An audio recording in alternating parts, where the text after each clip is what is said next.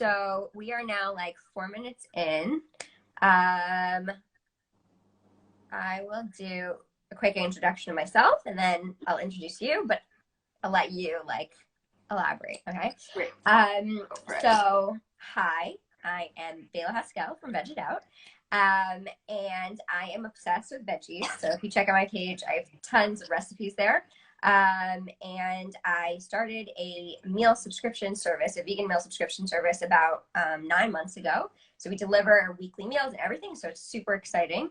And I'm really passionate about everything around eating more vegetables and eating more plant-based and trying to be healthier.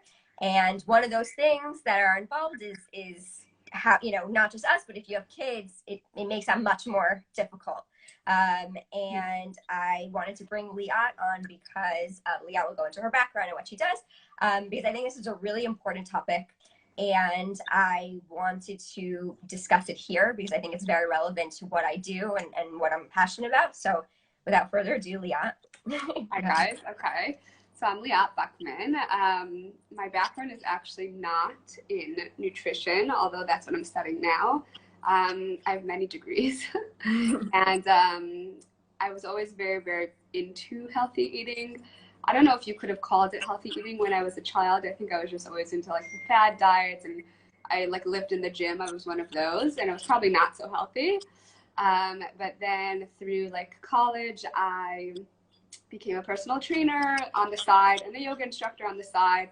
And I was always like into like getting my family to eat well and helping my friends eat well. And then after I finished 2 degrees and started working in marketing, I was just like, I don't love this. I don't know why I never went into nutrition, which is what I love. And it's always been my passion.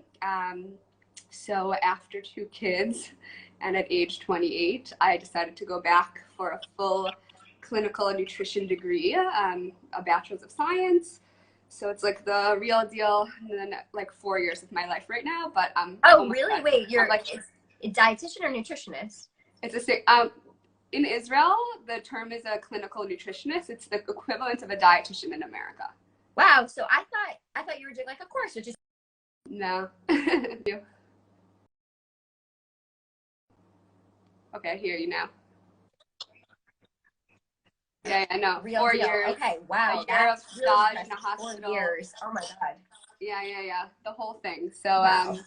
So this is what I do. I study very extensively, and it's like full time, and I love it. It's very technical, but I'm able to, because of all of my interest in the field, I just find it fascinating, and you learn so much about everything. It's a science degree. You learn psychology and you learn, all of everything, but kids are very in the forefront of it because that's who we really care about, growing to be healthy and eating well. And, when you talk about the world of nutrition, you think about like kind of like preventative medicine so that we don't get to a state of disease and chronic illnesses and sickness. And when we start young with the young kids, that's kind of like what we want for our future. So it's a really big focus, and I have kids too, and really, really picky ones for that matter. I don't know why I got picky kids. I just did. But I have a lot to say in terms of motherhood and picky eating as well, not just as a professional. So yeah, that's amazing. Thank you so much. I learned something new. Like I didn't know your whole background, so that's amazing. Yeah, I mean, the whole thing around picky eating is such a struggle. It happens to be my oldest and then my second. They're 2 years apart. They were actually pretty good eaters. Like literally, I would put stuff in front of them and they eat it. Like I'm not bragging. I'm not whatever. I didn't do anything special. Like I'm seeing now, and I'm talking to more and more people that it isn't necessarily like when they're so young what we did or what we didn't do. Many times it is personality. Especially now that like it sort of became when they went to Gan Chova, the oldest went to Gan Chova, all of a sudden something like switched. And I think part of it was being exposed a lot to candy and whatever it is, other options. But I think it's also it's different ages and the wanting to feel control or not control, and it becomes really difficult. And I like on a daily basis. My oldest is 10. My second is 8 now, and the youngest is 4. So I also see the ages. My 4-year-old acts completely different than my older kids. But it's really like, again, I've read a lot, and I've looked into this because because I was so obsessed. Like I was obsessed with eating healthy and giving them the good habits and letting them whatever. I in some ways was hurting them because they totally rebelled against it at a certain age. So I would love to start going into like what are the different things, because I think a lot of nutritionists that I've met and that I've heard really focus on like what things kids should be eating. Like they need to be getting enough calcium, and they need to be getting enough iron and enough this, which are all obviously really, really important. But in the end of the day, I think we all know that like hiding a bunch of calcium in like cookies is not going to be the thing. They'll get the calcium, but when they go, out with their friends when they're 15 years old for McDonald's, they're going to choose whatever the heck they want, and they don't, screw calcium. Like that's not going to be. So yeah, I would love to like, let's start and jump into what do you think the first like major thing is? Yeah, and I think I think a lot of times people are very thrown off by going to pediatric dietitians because it's just like this load of information. Like this is what they need to be getting, and it's just like it becomes overwhelming.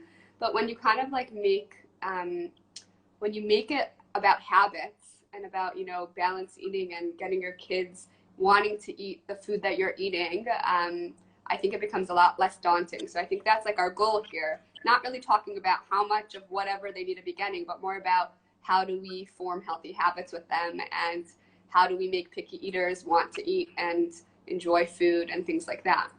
Right. So I don't know why my phone, I can't, okay, my comments are on, but I can't like get rid, oh, okay, I got it.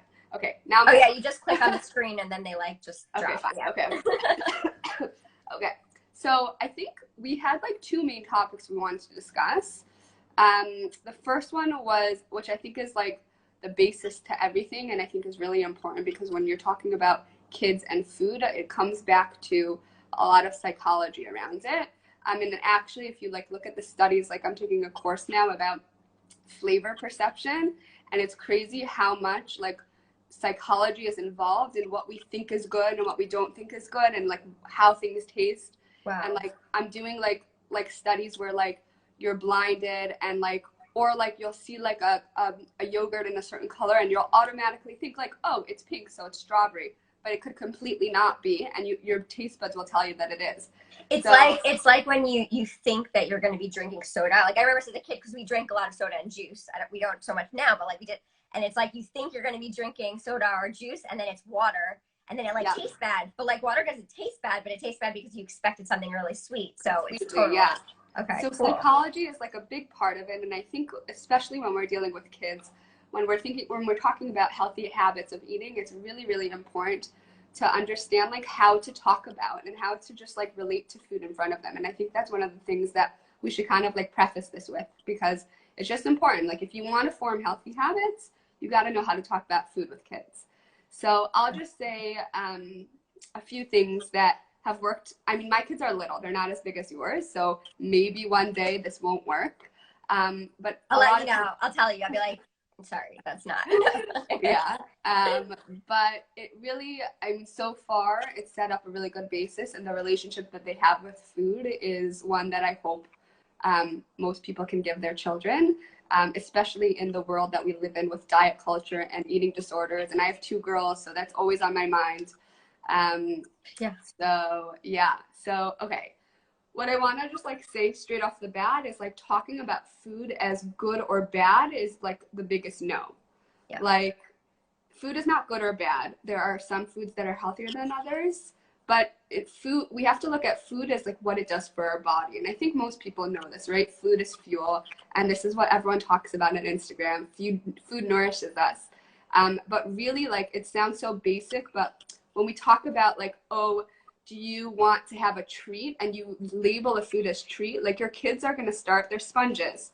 Food as a treat now becomes something emotional, or it's attached to something. When we talk about food, like sugar is bad, that also, it becomes, ingrained in them. So right off the bat, I always recommend people to kind of just stray away from those foods. It's not that food is good or bad. It's not like if you do something really good, you're going to get a treat.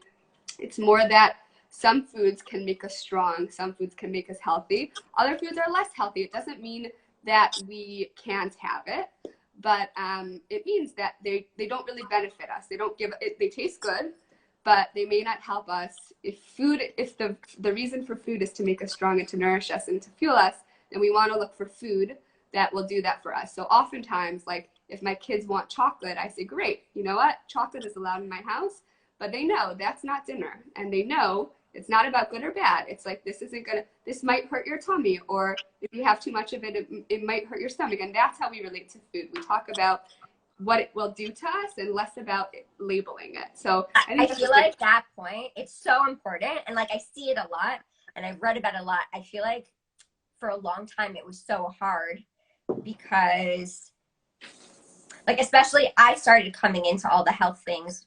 Like I always thought I was healthy. I was always skinny, so I never got into diets, and I was afraid of diets, and that's a whole nother background or whatever. My mom was very into dieting. But I always like, I wanted to, you know, eat brown bread, whatever, you know, whatever was defined as healthy, whatever, fine. But after my dad got sick and like, and had passed away, and then I came from that place. So to me, I had felt like there are certain kinds of foods that can kill us, basically. Meaning I did come out in the beginning from like this traumatized place. So like it took me a very long time. And still as you're speaking, I have to keep thinking like, it's not, if we call it bad and good, then we're giving power to the things that are probably not healthy for our body. And like, again, I know these things, like you said, because it's all over Instagram and it's all over the, you know, material and whatever, literature. But I try to go back to like, okay, there are other things. Because when we think about habits, okay, there's habits with food, and then there's habits with around sexuality. Like I follow a lot of children sexual education coaches on Instagram as well. Yonina Rubinstein is really amazing. She's on here. So habits around that, and habits around watching TV, and habits around alcohol, and eventually drugs and things like that as kids get older. All of those things, they're the same thing. If we turn something into, it's not just bad, but like off limits, like special, like there's something, why can't I watch that thing? Why can't I do that thing? Like whatever, we're naturally drawn to it. Yeah. That helps me better, like process it, because still, for me, like the food, it's like, but it's really dangerous and it's really bad. But it's like, yeah, like also porn is really dangerous, and also taking drugs is really dangerous. Also alcohol can be really dangerous. But like when we're teaching our kids about those things, if we say that they're bad, they're going to want them because there's something special about it. So that's just how I have to keep doing and also just the, you know, like you said, it's an emotional attachment. If I start to say, like, if I start to use food as reward and punishment, then that's going to be the association they have with food. So if you just make, you know, if you make food healthy, and some that won't, I don't even call it healthy and not healthy. I just say what will make you feel good, what will make you get strong, what will help you grow. And some things just taste good, and they don't necessarily help you do those things. And like even my 2.5-year-old, 4-year-old, they grasp that concept. So like my 4-year-old will come to me and like she'll have a piece of chocolate, and my kids are totally allowed to have junk. I mean, we limit it, but they totally are allowed to have it.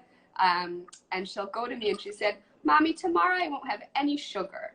Like she gets it. Like she doesn't want to, because she wants something that will benefit her body, and she really gets it. Yeah. And so, it does work for older kids, meaning again, when my kids were younger, we were able to really, really limit it, because I don't know, for whatever reason, they weren't as exposed to schools, or I don't know what it was. But once they got older, once it was like they couldn't have it, and I didn't know these terminologies. Like once it was like, we don't have junk food in the house. So, and we would say like, junk food is not good for you. Like as soon as they would have something in school, or like there was an event, which like they'd go wanted crazy, right? All the junk, and I saw it and I was like, oh my gosh, like this is real. We're doing something really wrong here. Like I wish I knew all this stuff before. But now we're fixing it. Like now I see, my son had a birthday party like earlier this afternoon, and we had a birthday cake, and we had the cake before dinner. You know, dinner was pizza, but like that's besides the point. But like, but they had cake before, which is totally fine, and so like it's a birthday party. But like all three of them didn't even finish their birthday cake, their pieces of birthday cakes, and they were like not even that big. And it was like, in the past, maybe in a few months ago or a year ago or 2 years ago, whatever, they would have like they would have needed to finish it because it was such an important piece of cake. They would have known when's the next time they're getting a piece of cake. But it's like such a big deal. Yeah. Okay. Yeah, definitely. And also like I see that with like even like in my siblings' kids, a lot of them junk food was like off limits always. It's never allowed in their house. We were all together just now for Pesach. And my kids, like, there was junk food around, there were sugary yogurts around. They had one. They didn't even finish them. These kids, like some of my nieces and nephews, like it was insane. It was like they were like they couldn't control themselves, and that's what happens. Like when you're not like when something is off limit, exactly what you said. So yeah, okay, that's an important point to make. And I think also another point that I wanted to make is another part of this healthy of approaching food as healthy and forming good habits around it, I think is a lot how we model it, right? So we talk about as kids are growing up, we're the role models for everything. They mimic us. They want to be us, right? So when we start to show them, like oftentimes parents won't eat in front of their kids. They'll save dinner for later. They'll save their junk for later. They'll pick out on ice cream, which is fine. You know what? I'm not saying like have like a tub of ice cream in front of your kids. There are some things that they shouldn't see because you're an adult and they're not, and you get to make the decisions. But I'm saying like if, for example, you're really full at the table, it's good for the kids to hear that I'm really full right now. I'm going to stop eating. Or things like I'm really, really hungry right now, and mommy's not going to be able to help you guys for the rest of the day unless I go get myself something to eat. And showing them those things and showing them that we use food as fuel and we use it for a specific reason, modeling that behavior is also part of it and is part of those healthy habits. So that's another important point to Totally. Totally. I guess while we're going, if anyone has any questions, we'll post them here and we can answer them. We can keep them anonymous, whatever you want. So, okay. Okay, so I think that like that covers like how to talk about food. I think about healthy versus non-healthy. I think those are the main bullets. The next thing we wanted to talk about, which is I think like the main topic here, is how do we get our kids to eat healthy, or not even eat healthy? How do we get picky kids to eat and to want to eat? So I'm gonna tell you the three things that I think are the most important. They're like God's word in our home. So okay, I'll list them and then I'll go into each one of them. So the first one is kind of like what we were just talking about, is that the parents need to model a positive behavior with food. And there's a lot of things that fall under that category, which we'll get into. That's number one, that like parents need to eat. Parents need to model good eating, healthy eating, balanced eating, because at the end of the day, kids mimic us. And that's the whole concept. I don't know if people are familiar with baby-led weaning with infants. When you start to transition them over to food, a lot of research is showing that we just are meant, like, you don't have to do purees. You can totally give them what you want to eat. So tipat chalab in Israel was actually like, I was pretty impressed. Everyone, like, I don't know, around me was complaining about tipat chalab, whatever, but they were very good about at 4 months or even like 5-6 months, just like let them taste off your plate. Like they should get used to having things with spices.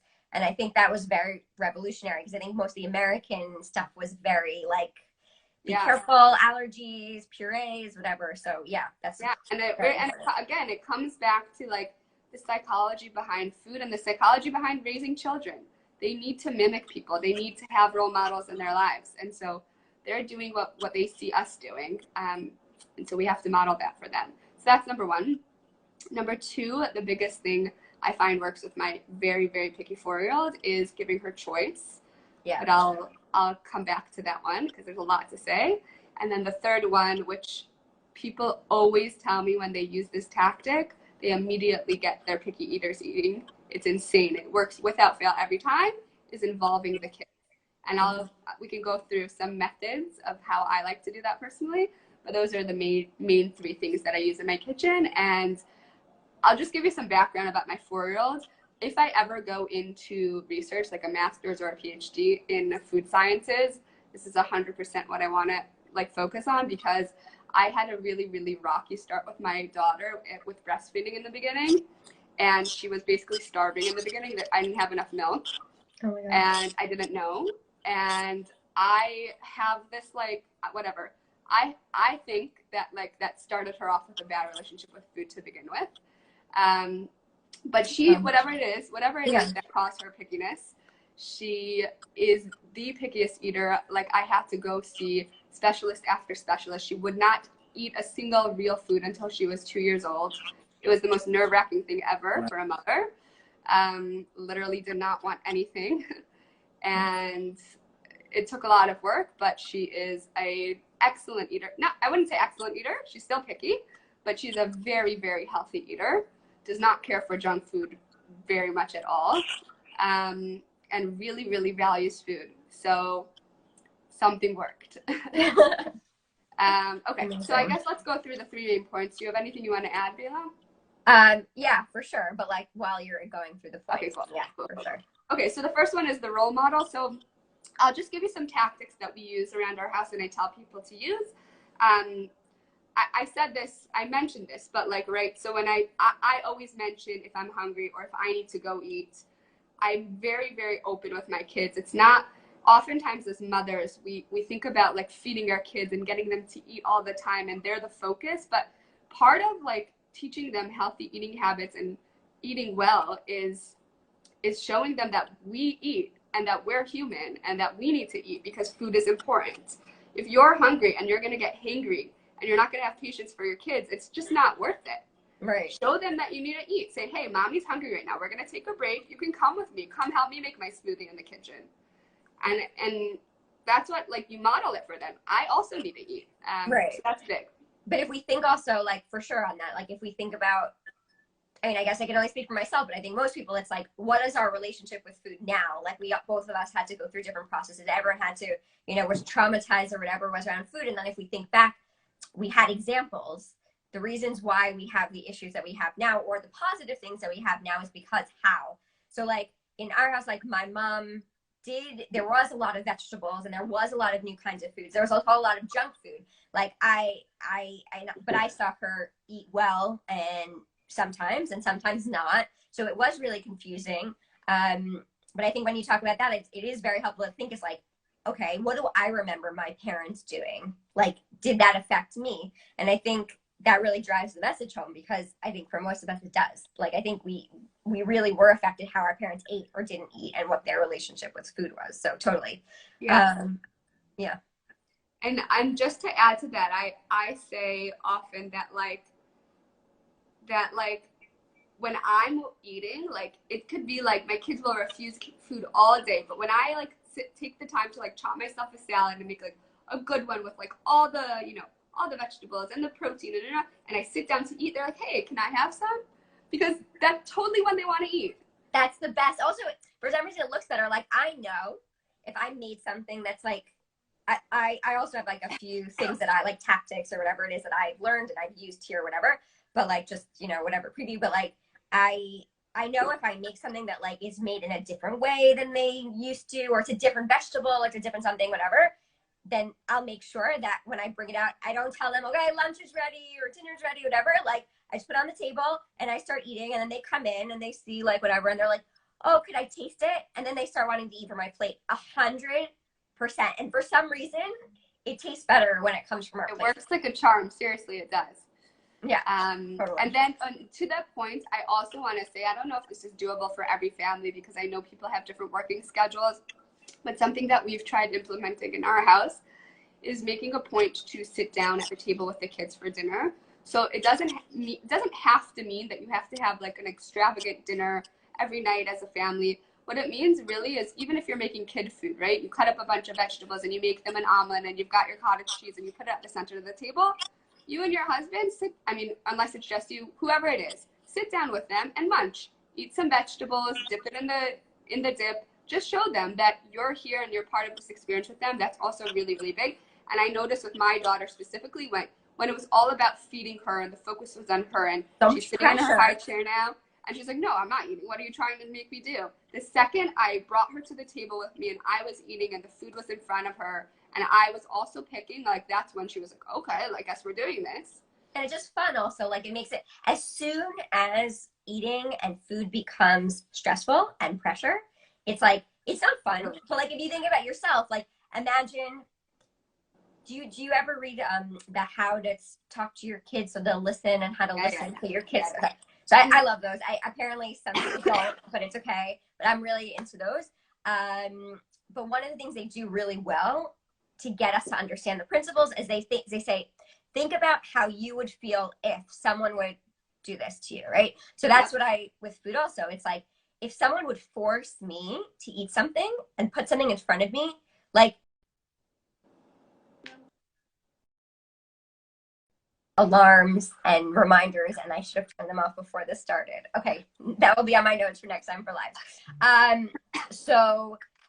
Yeah, there's no way that I would want to eat. And if someone was sitting there watching me, like, you only have one cucumber. Like, what's, do you take another piece of broccoli there? Have another piece of chicken. Like, we would be so uncomfortable. We wouldn't want to eat. Totally. So it's like the same thing. Why would they not feel the same thing that we would feel if someone would do that to us? Yeah. Which is, by the way, that's the whole basis behind baby-led weaning. It's like to take the pressure out. It's like, you're part of the family. You're doing what we're all doing. Eat what you like. Eat with us, and that takes the pressure out of it. Takes the stress out of it. Right. So okay. So that was the first point. And just like a cute little like takeaway from that is just, if you can, it's also great for your family. If you can, choose like 1 to 2 times a week. Start small. Really try to sit down as a family. You'll see, like, I'm telling you, it makes such a difference in your kids willing to eat. So that would be the takeaway from that. Okay, the second point is choice. So that's so funny. That's Diane also. Yeah, I feel like we both love the fruit and veggie platters. That's like a thing of ours. Oh my God, that's the best. It's also like, it's like they could eat nothing at other meals or 2 bites, but I know they ate food throughout the day. But can you talk a little bit about, like, on that for sure? Like, there are some people that are against grazing. Like, I think grazing's amazing, and I think I prefer them to graze and they get the food that they want, rather than like they sit at a meal and all of a sudden, okay, it's meal time. Yeah, I'll put on my nutritionist hat for a second, my dietitian hat for a second, and I'll just say, we don't realize how much growth a child is going through and what they need. And if you think about, like, I don't know, pregnancy, for example, right? When we're developing a child and how hungry we feel when we're pregnant, you need so much more. And 3 meals a day are not going to cut it. Your body needs fuel, like, every so often, every few hours. It doesn't matter that you're not having a balanced meal at all times. Sometimes you can get in your veggies, sometimes you can get in your protein, sometimes you can have a combo. It doesn't matter. Your body needs to be doing something. Why do they say that? Like, why are there people that say, like, no, you have 3 meals and there's a snack time in the middle? Like, why? Yeah, I mean, listen, there's going to be conventional research for either argument. Yeah. Sure. But I think around it is just that you want to make sure that your kids are getting the nutrients they need. So if you're offering them things in their grazing sessions that are healthy and nutritious, then go for it. Then it's accumulative. It doesn't have to be a meal, you know? It might make parents feel less stressed. Like, okay, I know I gave them their 3 meals. I know they got in what they needed for the day. But if you're offering them healthy options throughout the day and you know that they're getting the things that they need to grow, it's insane how much they need, like, just basic, like, vitamins and minerals for, like, basic functions of growth. Like, I'm telling you, I'm dedicating 4 years of my life learning the nitty-gritties of enzymes and all this stuff. Like, you don't even realize, like, what 1 carrot can do to these children. Right. So it's good. It's good. Like, if they're willing to eat, like, the fruit and veggies off the table, do it. Like, which I think is so interesting, because it's like, when sometimes, like, they'll be like, I'm starving, and then we'll get to a meal, they won't want to eat. And then it's like, as a parent, it's really, really frustrating. Like Shabbat, that specifically happens. They'll be like, I'm hungry. They'll want to eat, 3 different breakfasts in the morning, whatever. And then we get to lunch, and I made the things that I know they liked with some new things and all the things. And then I get to the meal and they don't want to eat anything. And like, I go through phases where, like, I got it. I figured it out. Like, we did it. And then something else happens. And then all of a sudden we have to start from scratch. So, like, for the past few months, it was happening. And I would get so frustrated. It's like, I did everything. I made the things that you wanted. you said you're hungry. We're sitting down now, and now you don't want to eat. Like, oh my God. Yeah. And what I started doing on Shabbat is like, we come down, we have the meal, and then they might have stuff on their plate, and we like leave their plates at the table because we take a nap for like, I don't know, 2 or 3 hours in the afternoon, and they're playing or whatever, because our kids are old enough to be like left alone. And when we come out, like I will leave like, let's say, the salad on the table and like some of the stuff that won't be used during the week for like leftover dinners. And their plates are pretty much done, or like they pick out the lettuce from the salad or the cucumber, like they end up eating. And it's like, it's frustrating on the other hand, because on the one hand, because you're having a meal, you prepared this fancy beautiful meal, and like, why isn't everyone coming? On the other hand, it's more important that they feel comfortable to eat when they need to eat, and get the, like you're saying, get the things that they need when they want it. Yeah. Because I realized to do that, because they would say, I'm not hungry. You always told me to eat when I'm hungry, and I'm not hungry. So like, why are you forcing me to eat now? And it's like, Yeah. oh, okay. There are so many facets to it. Listen, like part of it is also developing healthy habits around, eating at a mealtime and, conventional. It's Shabbat and we're going to guests. Are they not going to sit down with the rest of it? So there are always things to consider, but For sure. when we're talking about, first of all, I think in general, parents like get scared of the concept of grazing, because grazing to them means like snacking, like having a bag of potato chips and having like a candy here and there. But that's not what we're talking about. We're saying we're putting out good options for our kids. We know that they're getting the things that their bodies need. So right. Let's be very clear. We're talking about grazing. Like, yeah, Liat and I both, right? You've posted a lot. Like, okay, during Corona, like post your.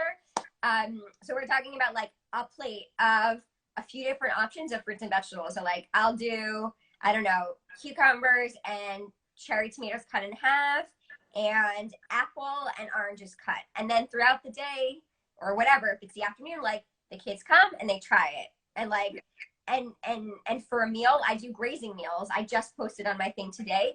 I'm very into pan sheet meals for kids. Like, I'll put on a bunch of different kinds of vegetables. And I will talk about like how I choose which vegetables, and I roast them in the oven, and I keep it on the sheet pan, and I put it on the table.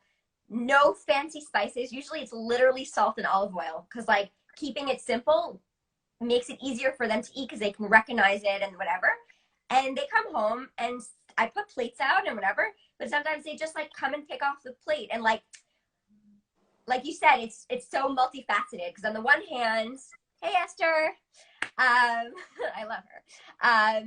On the one hand, it's like, well, they're going to go to other people's houses and they're going to pick from the salad and whatever. On the other hand, this is our house, and I'm okay with them, coming in and snacking on something.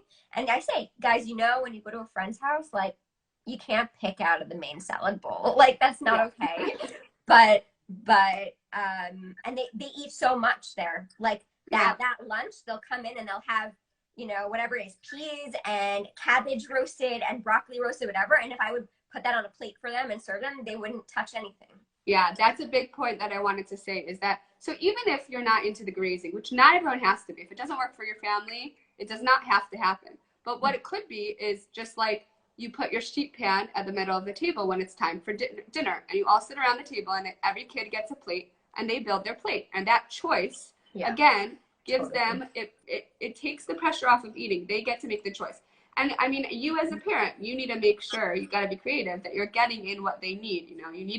It can't just be all vegetables. And also just to that point, like with these vegetable and fruit boards, they're great. If you're concerned that like your kids aren't eating enough during the day, you can totally like tailor it to that. Like if you think they need more fats, then put some nuts on the board.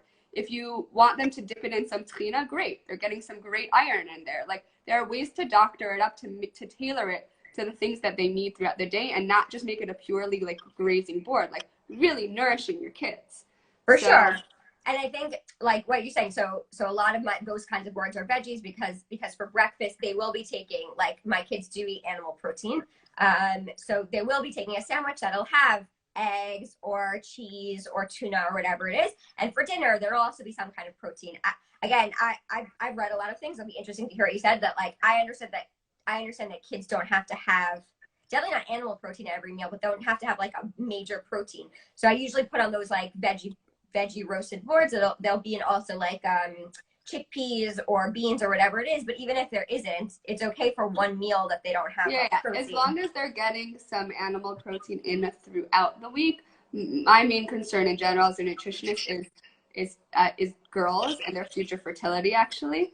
So like animal protein, they do need to be getting in. But I know, for example, like my girls get at Cyrone every day, they get meat. That's what Yeah, they eat. exactly. So I feel like, okay, I'm covered for the day. So if I don't make a meat meal for dinner, that's fine, you know? As long as they're getting it in, they need it. They need the hemoglobin and they need the heme iron and all that, whatever. That's a different discussion. But if they're getting it in throughout the week, it doesn't have to be at every meal. You don't have to put an animal protein at every meal.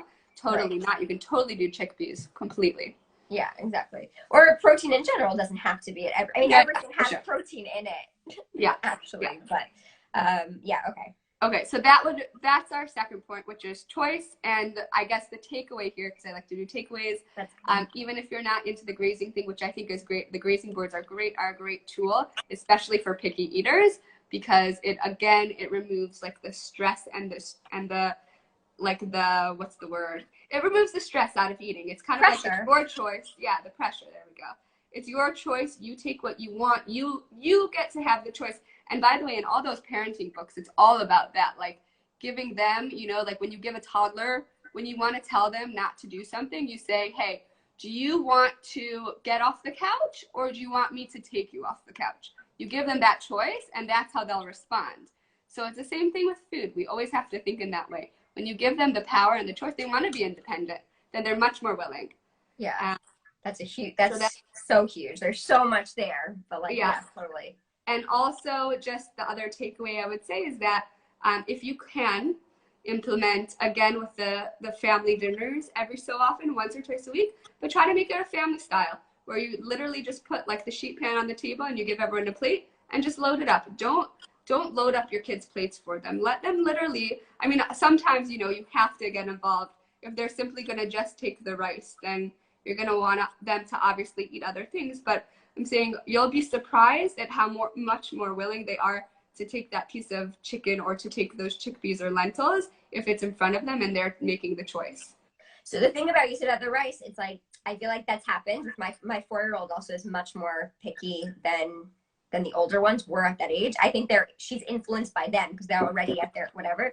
But we've had meals on Shabbat or whatever it is where she'll just eat rice. But like, obviously it bothered me at first, but then it doesn't bother me. That's because I know that she's grazing on apples and peppers the whole morning. And then later, like, she might have like a meatball that we left on the table. So like, I know it's going to be okay. So I prefer that she just had something at the meal to like check box. But like, and definitely we called it like multifaceted for a reason, because part of all of this is forming habits, right? And taking the stress out of the food and teaching them what food does to our body. So if at a certain meal they only have rice, like, don't make it the end of the world. You'll see with more exposure and with time, they might be more willing to grab that meatball on their own. So definitely. Okay, and then the last point, which is my last like word of God when it comes to picky eaters, is involvement. So I'm gonna just give you some examples that work for my family personally. Getting like one of those learning stools for learning towers for toddlers, or even I think up to age 6 is great. My kids come and help me cook all the time, and it becomes a hands-on experience. And you know that in general in life, when you work on something, you want to take part of it. You're much more proud of it. When my kids help me make dinner, they're much more eager to eat. So getting them one of those one of the safe knives to help me chop, or to help me sort, and to sort the vegetables. Like my 4-year-old loves doing that. I say, hey, put all the sweet potatoes on this tray and put all the beets on this tray. She loves it. Like, you really could get them involved. When you're peeling vegetables, you can have a bag for or a bowl for all the garbage, and you say, hey, can you put all the garbage pieces in this bowl? And they totally love it. And like, I think what's so amazing about that is like, and I think people need to remember that, is that even if they helped you make the salad and they don't touch the salad because they don't like salad, the lettuce, the sensory, whatever it is, the fact that they helped you make it, they'll have that memory. So when they do get older and they have to, you know, they're in college and they have to prepare something, like, I have no idea what to make, but like, they know how to make salads. So like, oh, okay, I know what to do. Like, even if they don't eat it now, it's a habit. It's what they'll take with them later. Totally. It's amazing. Yeah. So that's one little like takeaway, that you can get them involved in just like the actual cooking process, but it can extend to even more than that. Ask them what they want. Ask them to help you plan your week of meals. Ask them to tell you like 2 dinners that they want for the week. And like if they say like I want a bowl of cereal, then you could still facilitate it in a way like let's think of some better options together. But again, when they're part of the decision, they're much more excited and eager to eat. Right. And that's also another skill that you're teaching them. Again, like it's so, I read that somewhere, like this whole thing around food and whatever, it's not like a sprint, it's a marathon, which we say about everything. But like here also, look, in the end of the day, like you said, multifaceted. They need to be getting enough iron and enough calcium and enough all the blah blah blahs, protein and whatever. But like first, I think, right, first and foremost, if we focus on the habits, in the long term, they also need to be getting those stuff. So they need to learn it. And I think when we focus on those and we, like you said, we give them the choice and we give them all those things, like eventually they will be able to make better decisions because they have the tools to make the decisions. And then it goes back to that whole thing of like, you're giving them the ability to choose and you're giving them power, which parenting in general, if you read any parenting books, it's a power struggle. That is literally the summation of like, what is parenting? They want power, you want power, obviously to keep them safe and whatever, but like you want to give them the tools to grow up. Yeah, and that's what it comes back, like that's what it comes down to at the end of the day. Not every meal is going to be perfect. Not every meal is going to be the way you want them to eat, but you're literally, it's a process and you're giving them the tools. And I'm telling you, my 2-year-old did not eat. You should see the girl now. Like you just need to stay consistent and stick to it, and it works. It really does. So I have a question for you. A few people sent me different questions throughout the whatever. So one thing was, it's like, again, I don't know the person's history, so I don't know exactly what's going on in the house, but she basically said, like, I cook really healthy food, or really good food even. Like, I really put an effort into making really great food. I don't think I put any pressure. And my child literally like just won't eat any vegetable. Like he won't touch it, like maybe cucumbers and tomatoes. And I see this with my kids' friends also. I'm saying that like they literally won't touch anything. So on the one hand, what we're talking about, I believe also, I agree with you. I see it. It helps a lot. But what if someone's doing all the things and their kid just won't eat? They'll literally only have cucumber, tomato, and very few other options. Yeah. I hear that. Okay, so first of all, I would say don't stop trying ever, but don't stop trying obviously keep it in a non-pressured environment. And you really have to think back, like, do they really not feel pressure? Do they not see you stressed? Like, you have to be conscious about that. And I know that's hard to like introspect and like think about your parenthood in that way, but it's really, really, really like it's like the core of the matter. My daughter knows when I'm stressed when she's not eating. She knows. And that's usually when she's not eating. So you've got to like, that's one point I want to make. But another kind of like tool that I think could really, really help is switching things up, not in the sense of switching up your meals, but making the experience different. For example, sometimes when I see my kids are really not into eating, we'll take a blanket, we'll take it to the backyard, and we'll turn it into a picnic.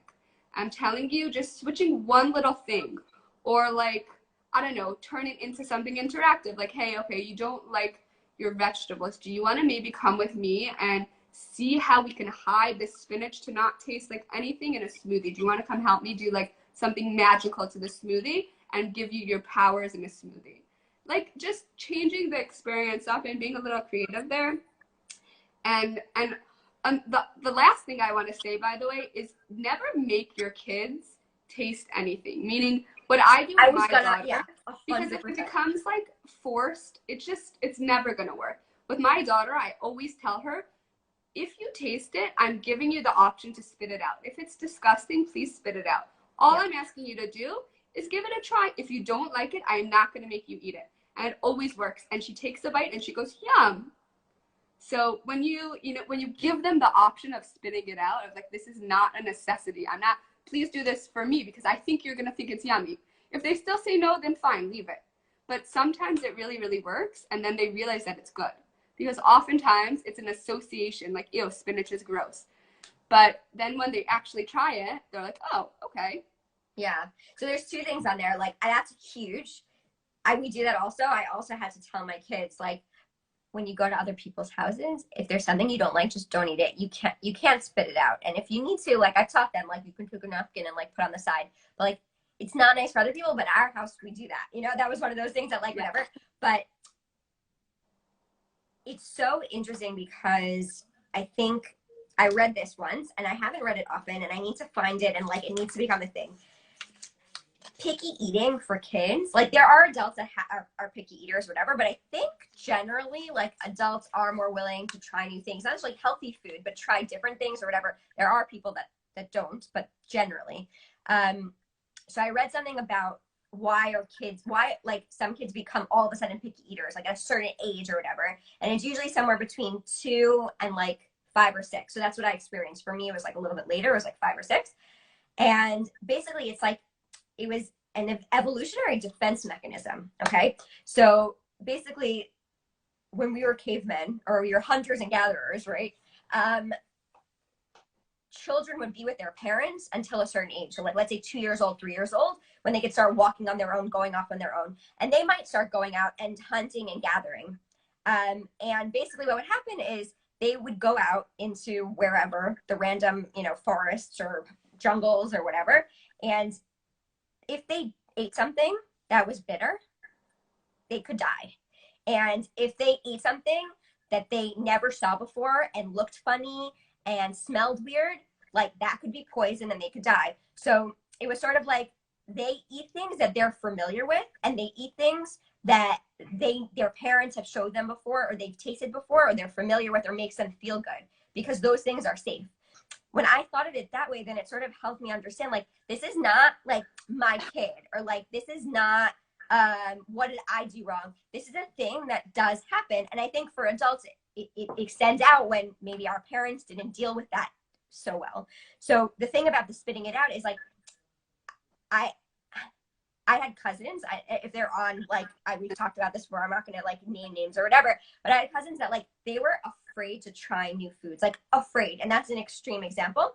And every time they would come to my house, I would always try to get them to try like a little bit something new or whatever. So that's an extreme example. But like when we have kids that are afraid, we say afraid. I don't know if like they're literally, if you see them, they don't want to taste it. They're afraid. Like, why would someone be afraid to try a new food? What would happen? And when you think about it, it's because technically this thing could harm me. They don't know. Yeah. I don't know. Yeah. You're my parent, but I trusted you up until a point. But like now I'm making decisions. I don't know. So, yeah. So the thing about letting them not have to commit to it, they can even just like, if you really have a picky eater, it's like not even putting it in their mouth, like just licking it. Yeah, touching it. Definitely. I read one place, playing with it, feeling it, like smelling it. That could even just get it started because now all of a sudden they licked it. It didn't kill them. It's with psychology in general. Like when we feel danger, right? It's fight, flight, or flee. So with kids, it's the same thing. They feel like they're in danger. And if you force them to swallow it, like they put something in their mouth, you're like, okay, now you have to swallow it. It's like you just made them commit to something that they didn't sign up for. Yeah. And it's, by the way, it's the same thing with like, just have like 3 more bites of schnitzel. Yeah. Like that, again, it's like the pressure. And we're all guilty of that. Like I've for sure done that. Sure. But like, sure. But again, it's just like, it's really, because you have to always think back on like, this is about like setting them up for success in their future as with their relationship with food and as adults and keeping them healthy as adults. And you've got to always remind yourself of that. Maybe they're not going to eat what that you want them to eat at this specific meal, but you're setting them up for something right now. So you always have to, like, that has to be in the back of your mind. Definitely. This was awesome. I literally could talk about this all day. We had a lot of questions like before, but if anyone still has any questions now, we're happy to answer them. But we're sort of getting to our hour point. Yeah. I'm also always happy, like people can always DM. I'm happy to chat always. So it's a huge deal, I think, because to be able to have someone to ask questions to, because the internet is so confusing.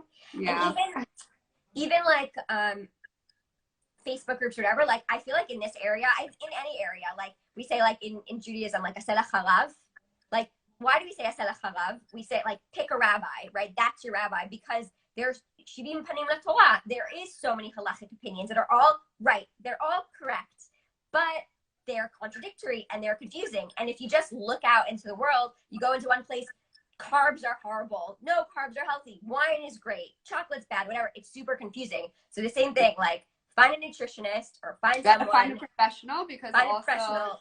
yeah, the internet and Instagram is just, everyone's a nutritional coach these days.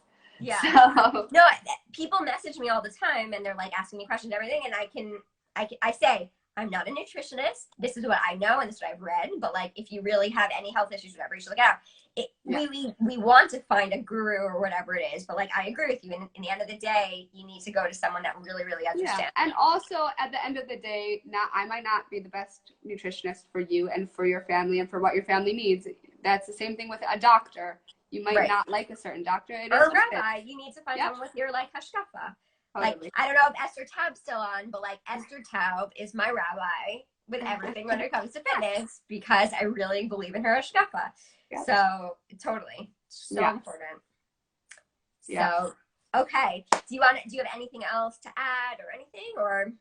I think we really covered it. That was very I'm happy with it. Amazing. Good. Yeah. Okay, this is going to be saved to my Instagram, to the live sections. Not stories, whatever it's called. I'm also going to download it and put it up on my YouTube. It's a little bit easier sometimes to watch videos on YouTube. I'll share the link with you so you can also share it with your followers. Great. And yeah, great. This was so fun. Much. I had so much fun. Thank you for inviting me.